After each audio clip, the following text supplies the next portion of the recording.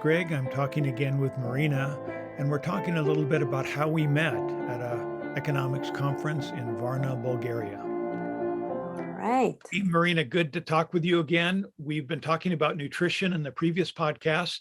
This time, we're going to talk a little bit about ourselves, how we met, and we met at a conference in Varna, Bulgaria. I know how I got there. How did you get there? What's your background that led you to that economics conference? Yeah, absolutely. Thank you so much for having me. Actually, it's so fast, so much fun for me as well because it brings good memory when I was younger. Let's put it this way. So yeah, it was actually a really funny story because I remember I was in the second year in law school and I was really tired of like the rigid learning environment we were into. It was the typical classroom where the teacher comes, they just talk for hours, nothing interactive, you can't debate, a very formal and academic environment. And we can come back to this later on, but I think that comes also a little bit from Romania being a communist country up until 1982. 1989, sorry, and that kind of reflects in the mentality and how we were actually promoted to learn and the learning environment methods that they had been used.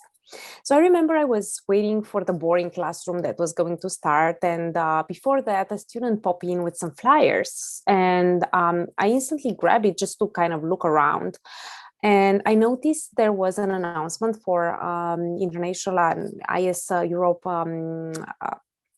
a seminar happening outside of Romania. And I was so excited because I always wanted to travel. I always wanted to kind of participate in summer seminars and see how that would look like. So then my second idea was like, oh, wow, I really want to get into this, but I don't want to go by myself. I wonder if it's just for law students or for other students as well. And I do have a twin sister, and I was hoping that we can go together and have this adventure. And when I looked into the flyer, I was so excited noticing that this is open to all second and third year students, not just law students. I went home and I talked to my sister and I said, hey, listen, this is about liberty, environment. It's in English. We can also improve our English and kind of start to get to know people. I think it's a fun way to also travel and get out of our bubble, right? Which was our parents, our home, everything was safe, secure, right? So she instantly wanted to go. And I remember we had to apply. We had to create some essays and then to submit, and then it wasn't guaranteed. So that was it. When they saw that reaction, they's like, okay, fine, just try it, but be careful. And then that's how we got there. And that's how you and I and my sister met. Yes, that was Institute for Economic Studies Europe seminar. The one in Varna, that may have been your second one you went to. I don't remember if you went the year before, but in Varna, we met you and a number of other students from Romania, Turkey, Russia, some from Denmark and the US and all over. And it was a week-long seminar. I was one of, I think, 4 speakers. And it was my first experience at the IES Europe week-long format. And it was a lot of fun to talk about ideas. Students also prepared their own presentations that they gave on their countries. And they talked a little bit about what each of their countries were like. And then the lady from Russia got up and complained about all the Eastern Europeans who'd come to visit Russia and cause trouble. So there was some dissension to the ex-Soviets even then. But anyway, it was a great time. I learned a lot, and I think the students enjoyed it too. Yes, indeed. And you're right. It was our second seminar. And the reason we applied, it was because we had a great experience the first time. The format was great. It was a very interactive format, and I encourage, I'm not sure if it's still going on, but I do encourage all of our listeners to actually have a look and see if it's still going on to participate IS Europe. The format was great. The teachers were great. They were very open to listen ideas, to debate, and Also, the groups we were working were very open-minded, very open to discussion, very open to get new ideas, but also to embrace new ideas, but also to share their experience. And of course, you were one of the panelists as well. I remember the part that I really found very interesting is that I still remember that during the dinners, you guys were 4 teachers and you were rotating to tables so that you can chat and engage students. And that was something that for my sister and myself was very a wow phenomena, because we were always brought in a system, of course, as mentioned before, Romania, a communist country, that we were told what to do, but we were never allowed to express. And I want to stress this, that this was very important for us, especially also for my sister, because she studied journalism, and media during the communism was actually controlled by the communist country government. You weren't allowed to talk, even if you had the freedom of speech. And I would not forget when my sister said, oh my God, I don't want to go to university anymore. I just want to be self-taught. So this was a great opportunity for her as well to contribute and bring new ideas to tables. And the fact that we had the opportunity to chat with teachers during our dinners in an informal debate, and seeing how open they are to just chat with students and share their experience and share their resources was a great experience for us. And I do remember, and I still thank you so much for so many books that you shared with my sister, myself, and other students, and we read them so excited, and we actually wrote some reviews. That was such a great experience, and this reminds the rest in my memory. Yeah, and we kept in touch after that first program.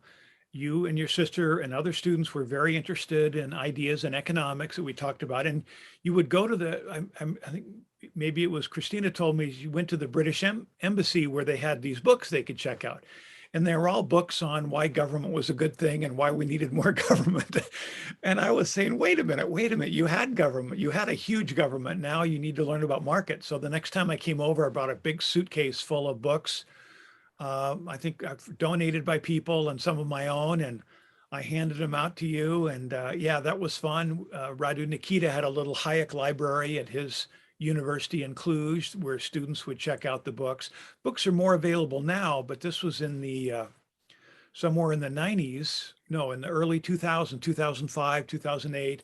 And even then, there weren't many books circulating, and it was great, and the internet wasn't as accessible. So yeah, it was great to be able to share. I mean, you guys read books. Here, I'd hand out books to college students and they say, oh, I'm really busy. I don't have time to read any more books. Well, anyway, so it was a treat for us. That in terms of, I would tell the story that, what creates prosperity? How do we get wealthy? Well, in America, the kids were wealthy already. So that wasn't really a puzzle for them. But in Eastern Europe, people were really, the standard of living, was really low compared to the West. And people might have thought at first that, well, because the Americans are really smart and very productive. But then you'd meet Americans and they weren't necessarily unusually smart. They just were somehow really wealthy. So the puzzle of why there's wealth in some places and not in others, there was so much interest in economics as a process among students in Eastern Europe, I thought. That's true. And it's also the fact that we didn't have so much resources, because as mentioned before, we were always controlled. I didn't have the chance. I was very little when the communism fell, but I was just 3 or 4 years old. But you could still see the mentality and the fact that we had the chance to participate at this seminar, and we were actually donated books. We couldn't believe ourselves. I was like, oh, I can't believe we have access to these free resources without having to always give a reason why we're reading this and why we're not reading something we were told to do. And I want to come back a little bit of the mention you said before with my aunt and uncle at the beginning of our small podcast. And it's true. What also inspired us is my uncle who left Romania. He lived for a while in Israel for a few years. He worked there, and then he left to North America, and he's now living in Calgary, in Canada. And he met his wife, and when he told us the story of how his wife dad left Romania, I was so impressed that I was like, oh my God, if he could do it, I could definitely do that. We could definitely try and see what's out there and see if we like it. And his story, it's unbelievable. And I know it's not the purpose of this podcast, but for him, crossing the Danube, just like swimming, when if the military and police would caught you, would kill you, just because they didn't have anything to eat, and they were looking for a better life. For me, it's just like an act of bravery. So I thought, oh, we're actually very lucky because we're participating in a formal environment, in an academic environment. Meanwhile, these people have to really struggle to just be able to eat by the end of the day, which is a basic need nowadays, right? Yeah. So for me, I'd read about something like that in a book or watch it in a movie, but you're learning it from your aunt and uncle. Exactly. It's a real-time experience. That's one of the reasons the speakers so much enjoyed sitting with the students. You guys had experiences that we could only dream of. I mean, even there were terrible experiences for your parents and relatives and others to live through that. But it's just, the value of freedom and liberty, a free society. People appreciate it so much because they know what it's like not to have that. Exactly. And I didn't leave that period, but my parents, of course, were saying me that they were not allowed to get out and see what's happening in the West, because what if you would come with new ideas, suggestion, and the government will oppress that? Because I still remember my sister and I, we were not having the chance to watch cartoons, if you can imagine that. We were actually, my mom was trying to actually catch the Bulgarian cartoons so that we can see, because the only thing we could see for 2 hours was the Communist Party talking from 8 to 10, and then nothing else on TV. So we were not allowed to do anything. And even if we were very young at that age, we were still impacted. And I can still remember, because a kid, you'd like to see cartoons, right? But you didn't have that privilege. But on the other side, I consider that we were very lucky, because this is what motivates my sister and I to get out there, to experience, to have the chance to meet you and collaborate. And we still collaborate with such good books, with reviews, debate, and share ideas, even if it's not the best or the worst idea. We're just debating, we're sharing, we're trying to learn from each other. And that's the beauty of it. And that's how you enrich yourself at a personal level. So I actually consider myself lucky in this sense, because if I would have been maybe raised in a country that, a wealthy country, a Western country, I would say, whatever, what's that? I don't need that, right? But it's what motivates my sister and I. Yeah, you meet people every day who really don't realize how fortunate they are. Also, in sharing those books with you, the fascination that you had and your sister had and have for these books, you wrote essays, book reviews for me that I posted on my website, and your article on globalization, the real story of globalization, actually gets more hits than any other article that I have on the website, consistently year by year. And it's a review of a book that was published by a Swedish economist. And your take on it, and again, globalization often is presented as a negative thing. Our previous president saying, gosh, we shouldn't be buying stuff from Mexico, from China. This globalization is a race to the bottom. And that author was saying, no, it's a race up. Things were really bad before, there's benefits. And so you were, grappling with those ideas as you wrote your essay, which is still there for people to read. I'll put a link on with this post. Yes, please do so. I was so excited when you told me about that. And I wonder why, because then I went back to the article and I read it. But I think it's also, it was written with a lot of passion. And I was also sharing the view of the author. So that made things easy.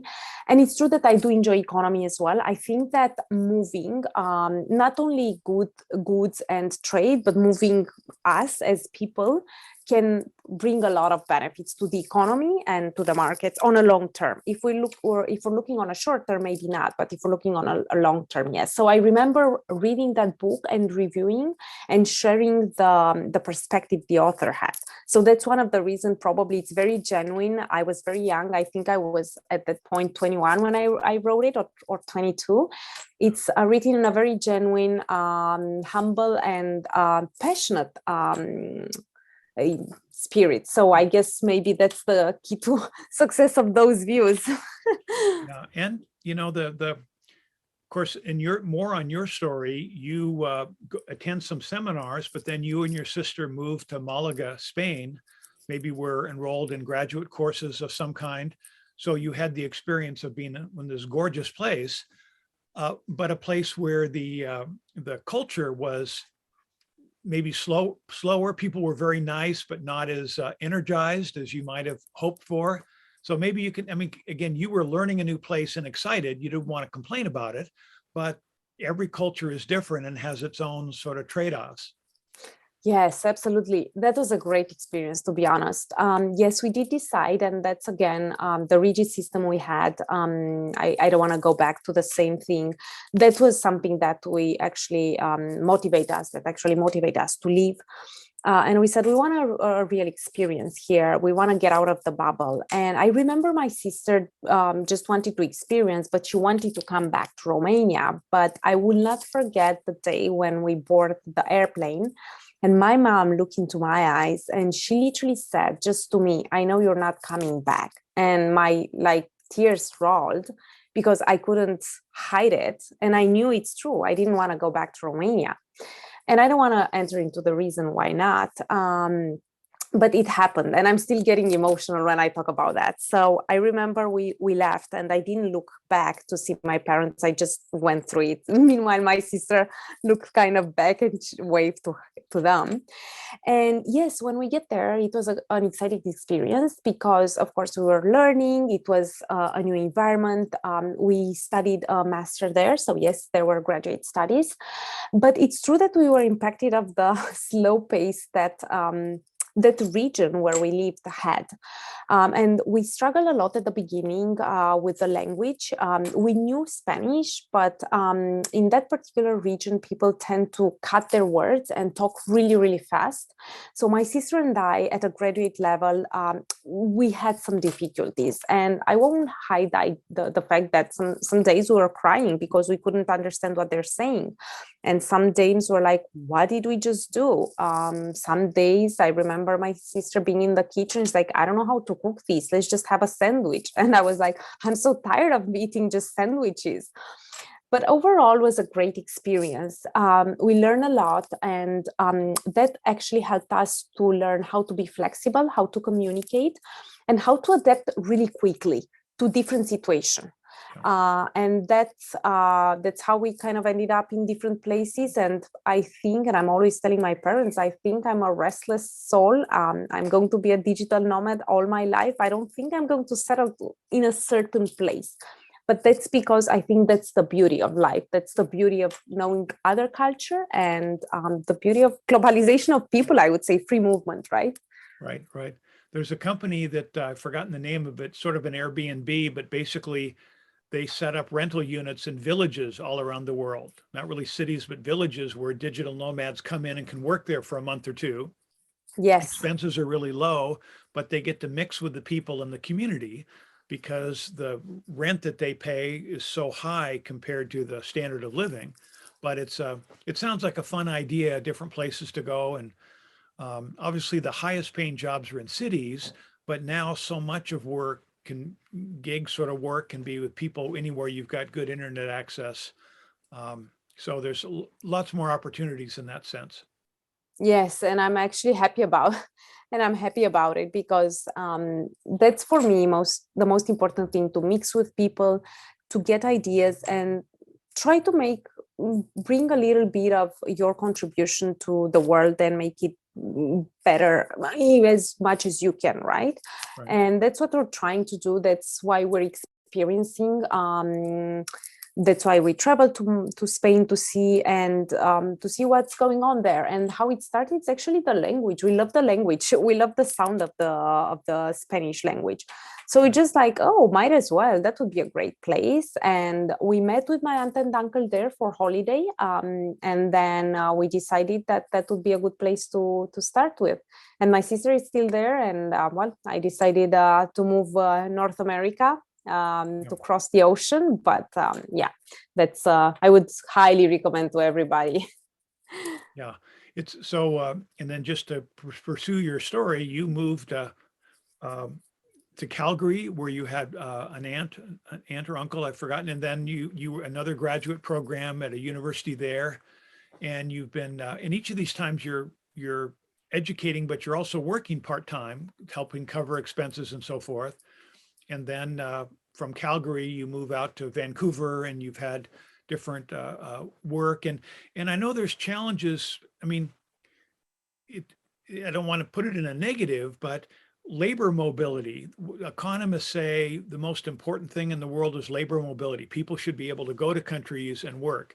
And you can work, but you're limited in some ways because of the US system is very restrictive. The Canadian system is better in some ways, but it's a point system that has you having to check this box, check that box, check some other box. And I don't know. I'm happy you've enjoyed your time, but these are obstacles that seems to me aren't appropriate for free people in the 21st century. Yes, yeah, you're right. I when I moved here to Calgary, well, to North America, first to Calgary and then to Vancouver, Victoria, and moving some places here in Canada as well. Um, I was impacted, not impacted. I knew that moving to North America as a European has some rules in terms of immigration, in terms of market, labor market. It's true that at the time as a student and as a student in Canada, you can only work 20 hours. And that's pretty hard because studies here are very expensive. I was lucky enough to be helped by my aunt and uncle, but it's true that it's a very hard system, very different than the European one. So that was a very big cultural shock and impact that I had. It took me more to adapt than in Spain, and that's because I not just changed countries, I changed continents. So it was a shock. I won't negate that all these obstacles of not being able to work full time, not being able to work certain jobs that I wanted. Creates a bit of frustration, and you wonder why, because the degree shouldn't matter so much in terms of, for example, I studied law, and perfectly understand that I can't work as a lawyer because the law system is different. We're a civil law country, Europe, meanwhile Canada, it's a common law country, but nevertheless, your degree is not recognized at all. You have to start again. So it's a challenge. You have to be open-minded and accept the fact that you won't work in what you prepared for. And those rules aren't make it easy. And as you said, you suppose that in 21st century you should be able to move freely and not have so many rules. But I guess it's also a way of protecting and I would love to hear a little bit of your opinion here, of protecting the Canadian citizens or US citizens or whatever, for them to also have access to the job market, right? Because there are not so many job opportunities. So you also might to create some privileges for your own citizen as a country. If I would be a government, maybe I will do the same. I don't know what's your opinion of that in Well, terms of no, economic. there's a long history. I mean, you had open mobility until the 1920s, till World War I, and then the 1920s blocked off open migration that had been open for a century and everywhere except Turkey and Russia. And so now we've got decades and decades when migration was shut off for immigrants into the US, restricted not as much into Canada. So now you've got this anomaly of Canada and America, Japan, Western Europe are so wealthy compared to Latin America, Africa, and then of course in Eastern Europe under communism. So people are fearful of these hordes, that would be running over the border and, all this stuff. And so you can understand their fear of that. But in reality, migration, it turns to be very, very good for the economy. It's obviously most important for personal freedom, but the US benefits dramatically. All our tech firms, Silicon Valley, half of those are run by people who are immigrants. Half of all the PhDs in engineering and scientists are immigrants. When I talk to high school kids, I ask how many of you want to be engineers? And it's like a small number raise their hand. Engineering is really hard.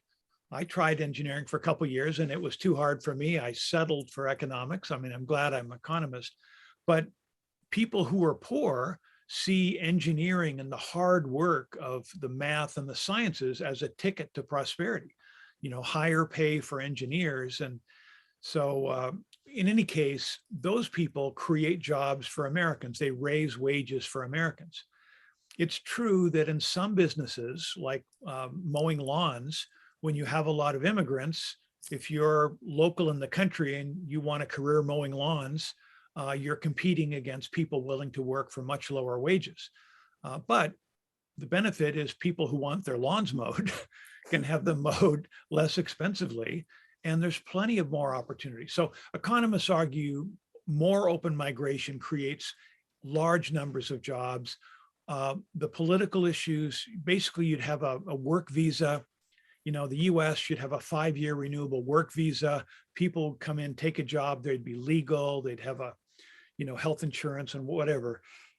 But you can see why people are fearful. They fear the unknown, they fear what could happen. So the biggest benefit is, and I remember when we visited friends of mine in Spain, in Sevilla. You and Marina came, and my friend I'd met years earlier, and her father, the first thing when he learned you were from Romania was cite the Roman emperor who was from Spain, who conquered Romania. Yes, I remember. It's just people just can't resist having some nationalist, even if it's like 1,000 years old, thing to share. That's true. I remember. Good memory. Yeah.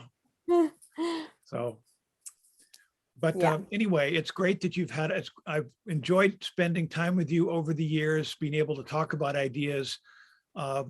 We'll get back to nutrition things in the coming episodes of our little podcast. But economic freedom, the idea that people should be able to pursue the jobs they want, economy should be open, and there's the conflicts and the role of the government in a free society. We want people to be more prosperous, have more opportunity. We don't want to have Romania or Moldova stay poor. I mean, their income is going up, but it should have gone up 5 or 10 times as fast. Lithuania, Estonia, they're wealthy countries now, and they started in the same place under communism. So those puzzles we want solved. Yeah, that's true. And I vote for those ideas. Hopefully somebody can take some action soon. And I think it starts with us as well, changing the mentality. And this means traveling, seeing others, how they're doing, taking some ideas and implement them in the country you were raised, and always moving around. That's the reason I was saying that as globalization is great for trade, I think freedom of movement of the people, it's just bringing a lot of benefits for the other countries so that you can actually contribute to the society. Yeah. When I came, I don't know if it was at Varna or which of the seminars, I gave a talk on immigration, and I was fascinating researching the history of immigration from Eastern Europe to America. So it was like 150,000 Romanians came in a certain period in Romania, Bucharest, the Paris of the East, for years. Few Americans knew how prosperous Bucharest was in the interwar years as Budapest was in Hungary. And then, 450,000 Hungarians came to America during a period. So, people came and they sent huge amounts of money back, and many of them went back. They came here, they made a bunch of money, and they decided they wanted to go back to the country they grew up in. But when they went back, they brought back ideas, they brought back capital.